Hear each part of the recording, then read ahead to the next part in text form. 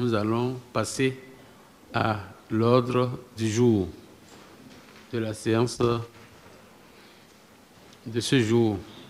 Il s'agit au premier point de l'examen de la question orale sans débat relative au tarif de passage pour les véhicules légers au poste de péage de Tininti dans la commune de Natitengou, posé par le député Bio Sika Abdel Kamel Ouassangari. Alors,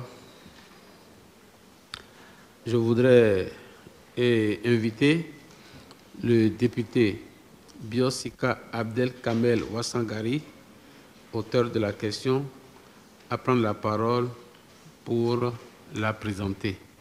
Honorable, vous avez la parole. Merci, Président. Je tiens à rappeler que selon l'article 80 de la Constitution, que chaque député est le représentant de la nation tout entière et tout mandat impératif est nul. Mais je tiens à préciser que le péage de Tininti est utilisé non seulement par les populations de la Takwara, mais par les populations de toutes les contrées du pays. Et ayant été interpellé de partout, j'ai pris l'initiative de porter la voix des populations béninoises. Sur ce, les péages et paysages sont un dispositif présent sur les routes du Bénin. Le directeur général de la Société des infrastructures routières et de l'aménagement du territoire, SIRAT SA, par communiqué radio-télévisé numéro 0787-2023-SIRAT-DG-DEPI du 6 mars 2023, a informé le public qu'à partir du lundi 13 mars 2023, à 8 heures précises, qu'en application des dispositions de l'arrêté numéro 025-MIT-MISP-DC-SGM-CTJ-SIRAT-SA numéro 023-SG-G22 du 24 novembre 2022, qu'il sera ouvert à la circulation le poste de péage de Tininti. Tininti situé entre Perma et Natitengou, dans le département de la Takwara. Le tarif de passage pour les véhicules légers est de 1000 francs CFA au niveau de ce poste. En vertu des dispositions du règlement intérieur de l'Assemblée nationale, en son article 109 et ses différents alinéas, le gouvernement est invité à répondre à la représentation nationale sur les préoccupations qui suivent. 1. Quels sont les critères qui permettent de choisir le site d'implantation d'un poste de péage? 2. Pourquoi implanter un péage à Tininti? 3. Quels sont les critères de base qui permettent de fixer le montant à payer au niveau de chaque poste de péage et paysage? 4. Pourquoi au poste de péage de Tininti, le montant à payer est de 1000 francs CFA? 5. A-t-on impliqué les élus de la commune ou du département dans la fixation du montant à payer à ce poste de péage et paysage? 6. Quelles sont les spécificités de ce péage et paysage qui le rend si cher comparativement au péage d'Ekpé, à Ozon et Grand Popo? Pourquoi ce traitement différentiel des populations de la Takwara? 7. Pourquoi ne pas envisager la gratuité pour le passage des véhicules légers comme au niveau du poste de péage et paysage de Ouego? 8. Y a-t-il des mesures spéciales pour les populations riveraines? 9. Quels sont les bénéfices de ce péage pour chacune des localités de la Takwara en général et de Natitengou en particulier? 10. Pourquoi tous les péages dans la zone septentrionale sont à 1000 francs CFA de passage pour les véhicules légers et moins de 500 francs CFA pour la plupart des postes de péage dans la partie méridionale? Je vous remercie. Merci bien. C'est le moment de donner la parole au gouvernement pour répondre à la question du député. Vous avez la parole, Madame du gouvernement. Merci, Monsieur le Président de l'Assemblée nationale. Honorable député à l'Assemblée, en réponse à cette question très importante pour le développement de notre pays, je voudrais dire que le gouvernement actuel du Bénin pour les quinquennats 2016-2021 et 2021-2026 a fait des infrastructures de transport un levier stratégique pour le développement du Bénin en mettant un accent distinctif sur l'amélioration des infrastructures de transport en relation avec la vision de transformation structurelle de notre économie. Ainsi, plusieurs projets sectoriels ont été engagés, dont la réhabilitation et ou la modernisation et l'extension du réseau routier national sur un linéaire total d'environ 1300 km pendant la première mandature. Dans le cadre de la mise en œuvre de cet ambitieux programme, le gouvernement a engagé une série de réformes institutionnelles visant à garantir l'efficacité de l'investissement et à assurer la pérennisation des infrastructures existantes et futures. C'est dans ce cadre que la CIRAT SA a été créée avec pour objectif d'exploiter, de gérer et de développer les infrastructures routières à péage. Le but visé est le développement du réseau routier national et la gestion efficiente des postes de péage et pesage du Bénin. L'un des principaux avantages de la création de cette société, qui s'inscrit dans le cadre de la mise en place de mécanismes innovants de gestion des infrastructures routières, est de favoriser la mobilisation d'importantes ressources pour financer la réalisation d'infrastructures routières et l'entretien du réseau routier national sans obérer la dette de l'État.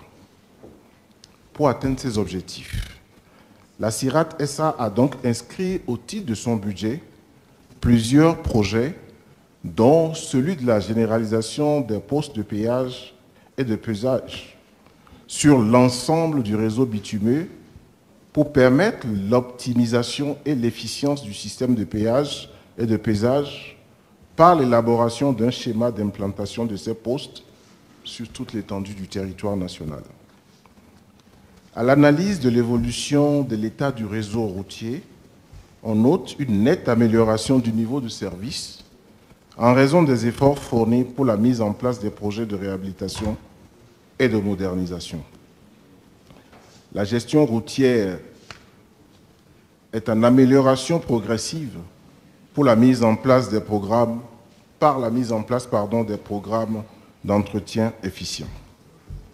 En matière de péage-pesage, l'idée d'implantation et de généralisation des postes de péage-pesage sur le réseau routier est née d'abord de la mise en place d'un mécanisme d'amortissement de la dette, ensuite comme une modalité de faire contribuer les usagers de la route au financement de son entretien, de sa maintenance, et enfin un système de collecte des surcharges en vue de réduire les coûts de l'entretien de la route. Grâce aux infrastructures de transport, le niveau de mobilisation des ressources intérieures à travers l'implantation des péages-pesages a connu un léger réajustement à la hausse pour permettre au gouvernement de recourir au financement extérieur dans une moindre proportion.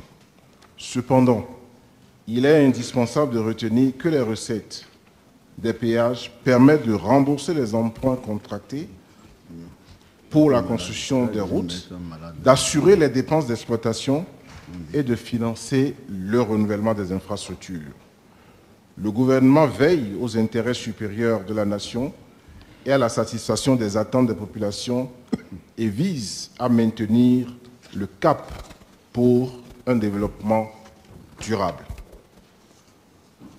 En ce qui concerne les questions spécifiques posées par l'honorable député, le gouvernement voudrait apporter les réponses qui suivent. 1. Quels sont les critères qui permettent de choisir le site d'implantation d'un poste de péage? Le site d'implantation d'un poste de péage est déterminé sur la base du niveau de trafic enregistré, du linéaire de l'axe routier concerné des voies de contournement, du niveau de service et également du niveau d'investissement requis. Pourquoi implanter un poste de péage à Tignenti? Ce choix résulte d'une étude réalisée en vue d'une redéfinition de la carte de positionnement des postes de péage en République du Bénin. Il tient compte des paramètres de sollicitation du corridor par les usagers pour diverses raisons, commerciales, économiques, touristiques, etc., ainsi que de la prise en considération des points de rupture de charge. 3.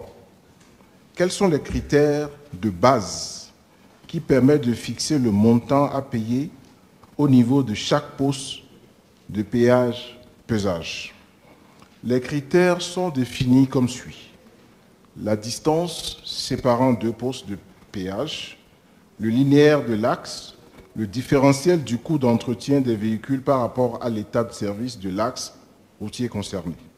Toutefois, une étude a été initiée par le gouvernement et réalisée dans le cadre de la fixation du montant à payer au niveau de chaque poste de péage-pesage. Les résultats obtenus permettront de réviser certainement les prix des péages pour tenir compte également du contexte socio-économique actuel. 4. Pourquoi au poste de péage de Tignenti, le montant à payer est de 1 000 francs? Le montant à payer au poste de Tignenti est fixé par arrêté interministériel numéro 025 MIT MEF MISP barre DC barre SGM barre CTJ barre SIRAT SA 023 SZG 22 du 14 novembre 2022. Le montant de 1 000 francs répond aux critères de tarification actuels et est appliqué sur la plupart des postes qui sont séparés d'un autre par une distance d'au moins 100 km. C'est ce qui est le cas du poste de Tignenti. A-t-on impliqué les élus de la commune ou du département dans la fixation du montant à payer à ce poste de péage? La politique de fixation des prix tient compte des paramètres techniques et socio-économiques qui impliquent, selon le cas, des enquêtes auprès des parties prenantes pertinentes, dont les usagers et la population. Il est tout à fait possible qu'après une période d'expérimentation, la démarche inclusive nous impose de réviser les prix fixés au départ par arrêté. 6. Quelles sont les spécificités de ce poste de péage et pesage qui le rendent si cher comparativement au poste péage d'Ekpé, à Hozon et Grand Popo? Pourquoi ce traitement différentiel de la population de l'Atakoa? Le tarif appliqué au poste de péage n'est pas un paramètre de traitement des populations. Les usagers d'une route nationale ou inter-État proviennent de plusieurs points du pays et de la sous-région. Le poste de Tignenti n'a donc pas été érigé à l'égard des populations de l'Atakora. Les postes de la RNIE 1 sont séparés les uns des autres par des linéaires tels que Ekpé à Grand Popo. Sur un linéaire de 105 km, on relève 3 postes de péage. 7.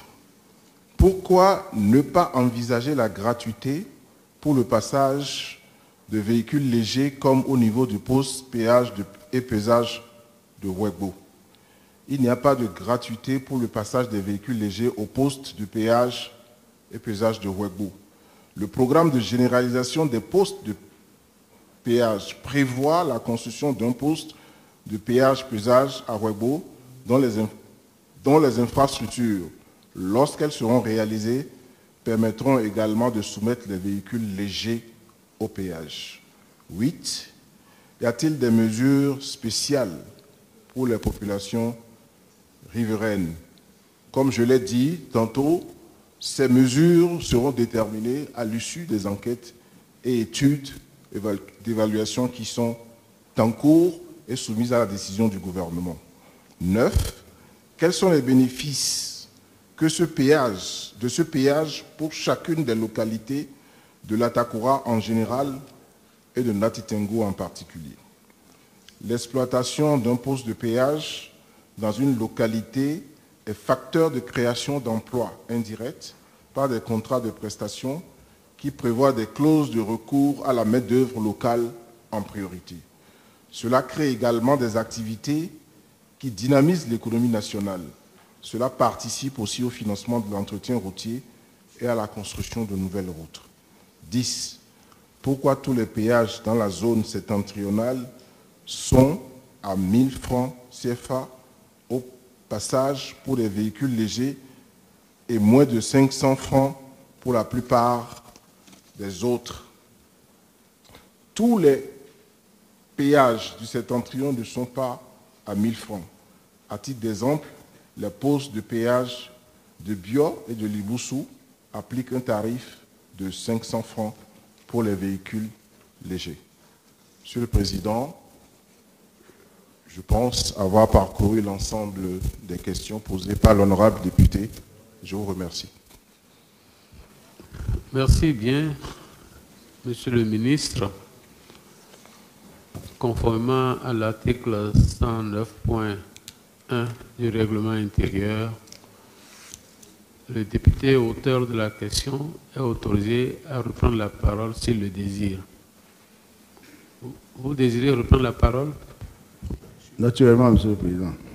D'accord. OK. Vous avez la parole. Okay. Merci, Président. Je vais préciser qu'au niveau du poste de péage de Biro, au démarrage, c'était à 1000 francs.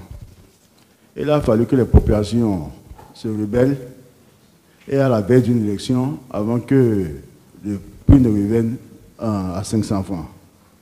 Aussi, je vais préciser que les travailleurs au niveau du poste de péage de TNT ont tous été convoyés à ce poste. Un recrutement local n'a pas été fait. Monsieur le Président, chers collègues, Monsieur le ministre, Henri-Frédéric Amiel disait: nos véritables amis sont ceux qui nous disent la vérité et qui éclairent notre conscience. Sachez que personne dans la vie n'est à l'abri des erreurs. C'est avoir l'humilité de s'excuser qui fait la différence et qui nous rend spécial. Nous sommes ici pour dire la vérité. Pour ceux qui ne connaissent pas TNT, j'aimerais éclairer tout un chacun afin que tout le monde comprenne ce dont on parle. Le village de TNT est à moins de 15 km de Nati Tengu, chef-lieu du département de l'Atakura, en allant à Djougou, donc à la porte de la ville de Nati Tengu, entre Perma et Nati Tengu.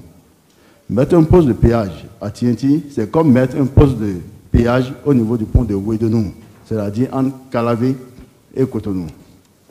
Monsieur le ministre, d'entrée de jeu, je voudrais dire à tout un chacun que personne n'est contre l'installation de postes de péage sur nos routes. Elle est même souhaitée et encouragée, puisque les ressources mobilisées servent à l'entretien des routes et à la construction de nouvelles routes.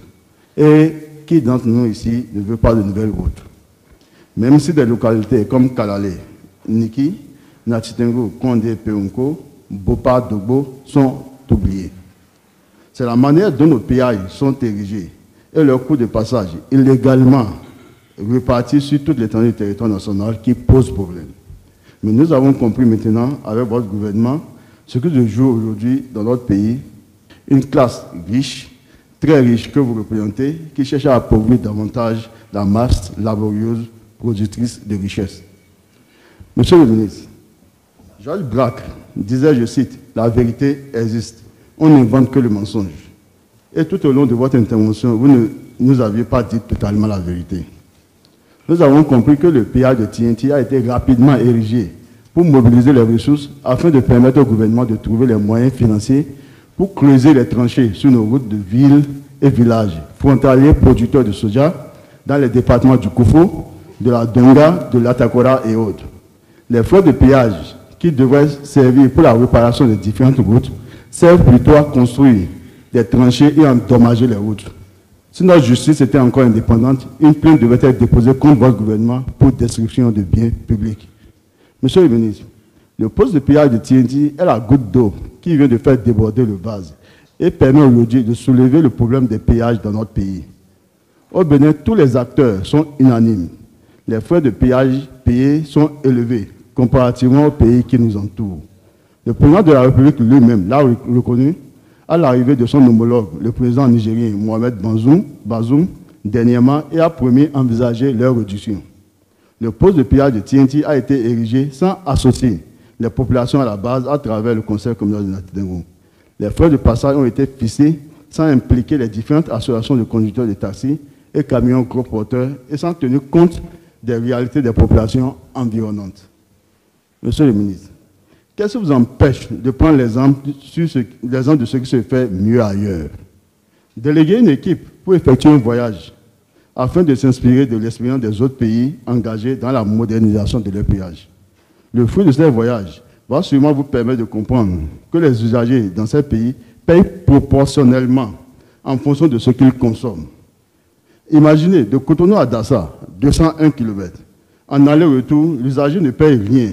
Au même moment, par rapport à Niki, 110 km, l'usager paye 3 000 francs CFA. Dans les pays limitrophes, par exemple au Niger ou au Burkina Faso, c'est à l'entrée que l'usager dit sa destination finale et c'est en fonction de ça que lui est notifié ce qu'il a à payer. Ainsi, celui qui quitte Kétou pour Abomey ne devrait pas payer le même coût que celui qui paye Kétou, celui qui quitte Kétou pour Djakotome. Pareil pour celui qui quitte Nati Tengu pour Djougou par rapport à celui qui quitte Nati Tengu pour Parakou.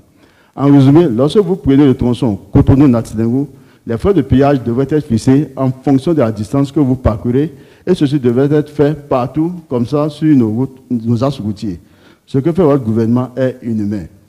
Monsieur le ministre, depuis 2016, votre mode de gouvernance peut tout simplement se résumer par le passage en force. Seul vous qui savez ce qui est bon pour le peuple. Et c'est sous le slogan que nous scandons tous à longueur de journée pour dénoncer le régionalisme. Le Bénin est un et indivisible, que votre gouvernement se cache pour empêcher ceux qui sont brimés de s'exprimer. Mais sachez que lorsque l'injustice atteint un certain degré, la révolte devient une obligation. C'est d'ailleurs pour ne pas en arriver là qu'il faut tirer la sonnette d'alarme afin que celui qui a le pouvoir de changer les choses le fasse. C'est ainsi que depuis 2016 à ce jour, au moment où les frais de paiement au niveau des postes de péage situés dans la partie septentrionale et actes de port sont élevés, les gros investissements se font dans une partie du pays et l'autre laissé pour compte. Quand on considère le domaine des infrastructures routières, à part la réhabilitation d'une partie de la route inter-État Cotonou-Mananville, qui en réalité est faite pour desservir les pays de l'Interland, il n'y a eu que le bitumage de la route Nati Tengu-Boukoumbe, long de 50 km, d'environ 50 km, livré à ce jour dans le septentrion, et dont le financement était d'ailleurs bouclé par le régime du président Yahya Boni. Le reste des chantiers routiers sont lancés, mais aucun n'est arrivé depuis 2016 à terme. De grosses communes telles que Kouandé, Kéro, Péonko, Kalale, Sénandé, Karimoma restent enclavées malgré leur forte production cotonnière et vivrière. Les ponts de Kankou, de Tigoudaro, d'Ankouandé et de nombreux ponts continuent d'accentuer l'enfer des populations dans cette localité sans la moindre compassion du gouvernement. Cependant, sans tambour ni trompette, des centaines de routes ont été bitumées d'un côté du pays, reliant des communes, des arrondissements et même des campagnes sans y poser un poste de péage. Aussi, plus de 300 milliards en cours d'investissement à Ouida, seul, pour révéler le tourisme béninois. Pendant ce temps, l'Empire de Niki, qui est la plus grande organisation de la chefferie traditionnelle du Bénin, avec à la clé l'unique authentique fête culturelle, est classée aux oubliettes. L'Empire de Niki se contente des promesses renouvelées de la construction du palais de l'empereur et de la reine de la Ghani. Au niveau du secteur industriel, c'est le com total. Une zone industrielle a été installée à Glodjibé. Cette zone industrielle verra transformer les matières premières telles que le soja, le karité, produits dans la partie septentrionale du Bénin avec la main-d'œuvre recrutée localement. Honorable député, s'il vous plaît, restez dans le sujet. Si vous sortez du sujet en parlant de soja et autres, je vais vous couper. Merci de continuer. Merci, Président. Monsieur le ministre, bien qu'il y ait un pot de péage à Kpekete, savez-vous que la route Djougou-Savalo, dont les travaux de réhabilitation avaient démarré avant 2016, peine à finir, et c'est pour, soi-disant, empêcher la sortie du soja, peine à finir, c'est la construction des tranchées sur des routes non entretenues par votre gouvernement, pour, soi-disant, empêcher la sortie du soja qui avance. Aussi, malgré la présence du port de péage de Cœur de Port, la route Misérité-Covey est dans un état de dégradation totale, sans que cela ne préoccupe le gouvernement. Au péage d'Ekpé, le tarif de passage est de 300 francs. Le Béninois qui quitte son domicile à Port-Nouveau le matin traverse quotidiennement ce poste de péage pour aller travailler à Cotonou et regagner son domicile le soir, paye 600 francs par jour et donc 3 000 francs par semaine, soit 12 000 francs par mois. Au poste d'Aozon et de Grand Popo, le tarif de passage est de 400 francs.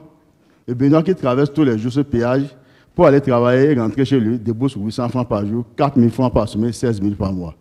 Au péage de Wegbo, rien.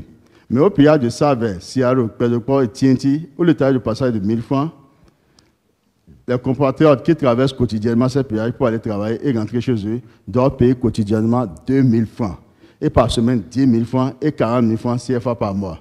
En définitive, les compatriotes vivant dans les endroits où le péage est à 1 000 francs, au titre de frais de passage, payent plus cher.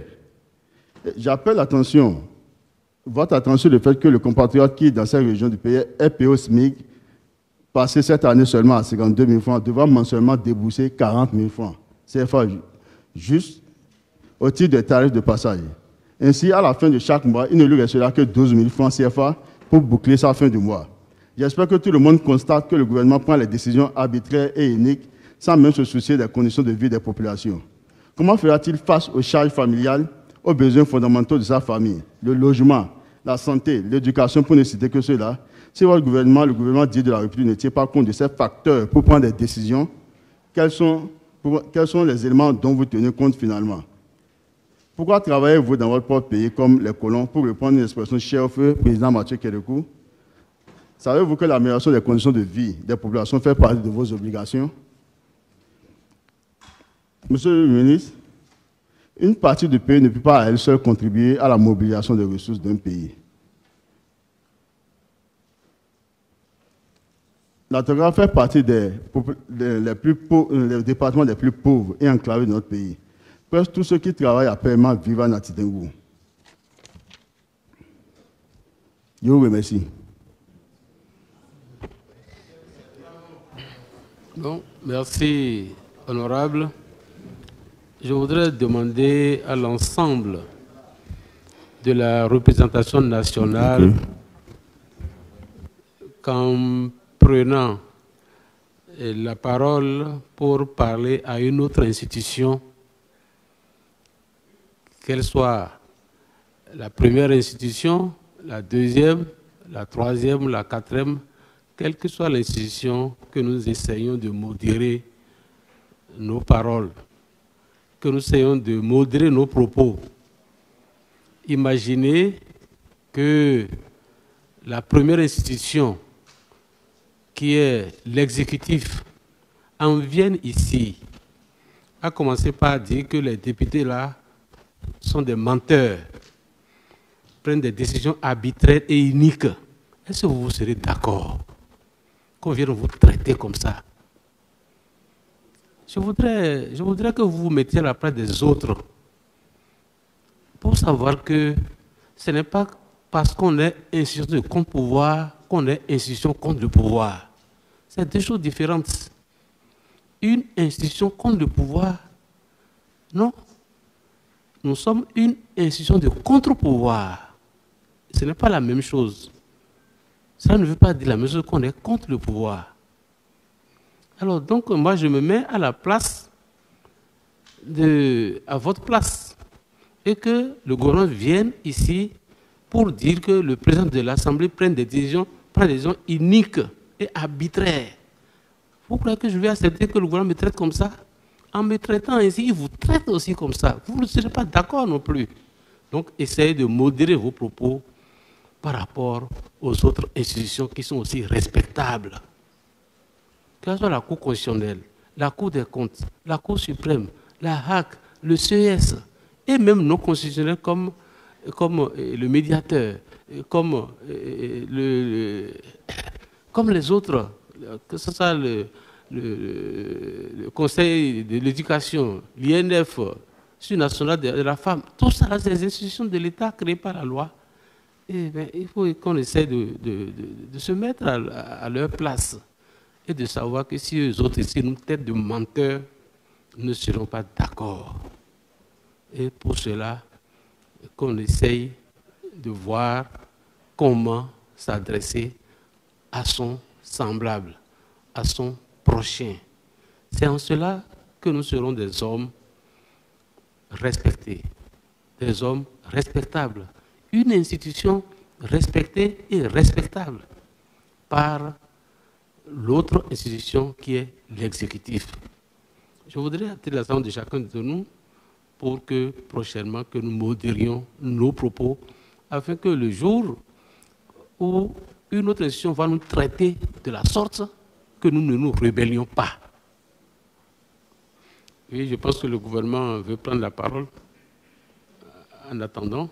Oui, merci Monsieur le Président. Monsieur le Président, en prenant la parole, je voudrais déjà vous remercier d'avoir rappelé que, en évoquant l'article 80 de la Constitution, il faut néanmoins garder une certaine mesure dans la parole et que cela fait de très bonnes relations entre les institutions.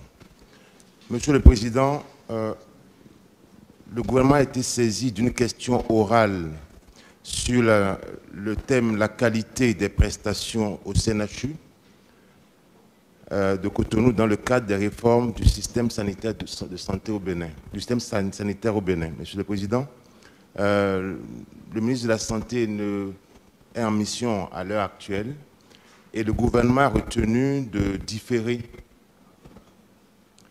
la réponse sur cette question et de faire usage, Monsieur le Président, des dispositions de l'article 108.2 du règlement intérieur de l'Assemblée nationale, de proposer en conséquence que le débat se tienne sur communication du gouvernement à votre prochaine séance du 5 ou du 4, on a retenu les mercredis pour les séances du 5 ou du 4 juillet pour que le gouvernement présente communication globale sur la question.